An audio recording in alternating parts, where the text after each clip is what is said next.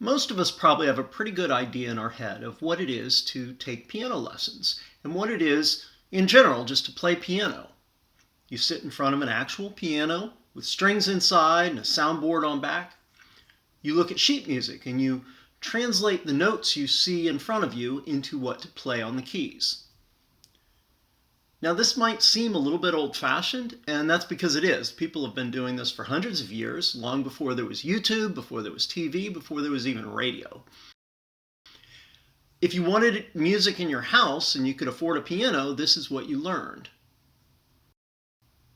Today there are certainly cheaper alternatives than an actual acoustic piano, and you can put the sheet music on a tablet, I guess, but not a whole lot has really changed. Okay, well, I guess this is new.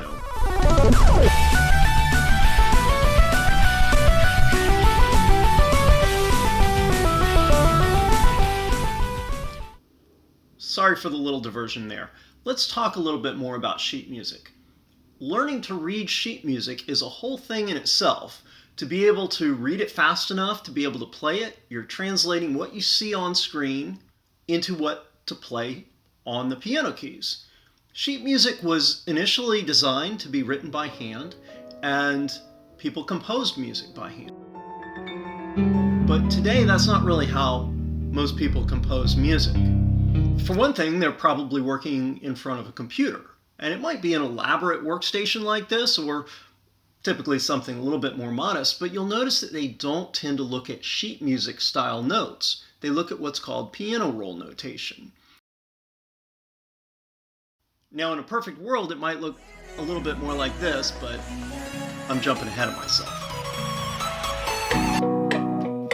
Now let's watch someone with a modest workstation actually composing music. You can see that he's working with the piano. The piano is shown on screen, a representation of it standing upright, and the notes are there, which he can work with as you typically expect to work with things on a computer. You can move them around, you can cut and paste, and it's a very intuitive way to work, much more so than working with traditional sheet music notes. Here's someone who does scoring of movies, and he does orchestral work. But you can then also this woman as well is doing orchestral composition. It may be printed out as sheet music if she has to get musicians to play it, celloists and trumpet players and so on, but as often as not, they just use the computer-created sounds. Here's another composer, and you'll see he's not doing any virtuoso piano here. He's just doing little things and putting it all together. And that's often how it works. Now remember, I want to take out the piano. And again, you'll see it represented on screen as pianoroll notation rather than traditional notes. Point out some key structures that create a melodic phrase. Here's a YouTuber who's also a professional music producer, and he's just showing a little bit about how he composes melodies. And here's one of my personal favorite artists, Lauv, and you can see how he goes back and forth between, he's actually a pretty good piano player, but he goes back and forth between piano and computer as he's working with stuff. And that's just a typical way people work.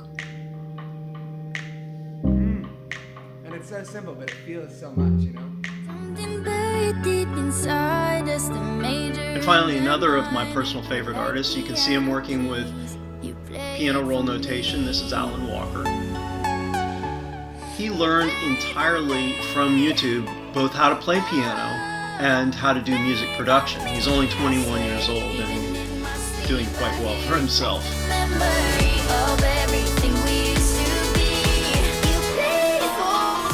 To me, melodies is definitely the most important part of making music, and I most usually start with a single line of different chords. Then I like to piece together a melody that I like and something that I think can work for. Here is showing that you can indeed use sheet music on a computer. It's possible, it's just a little bit awkward. This is in GarageBand. You can see it on top in sheet music and on bottom in pianoroll notation. And to me, it's like the difference between fractions and decimals. Decimals simply are more compatible with computers. They're just easier to work with for most practical purposes, and that's why the world has moved toward decimal notation. And same thing applies to pianoroll notation.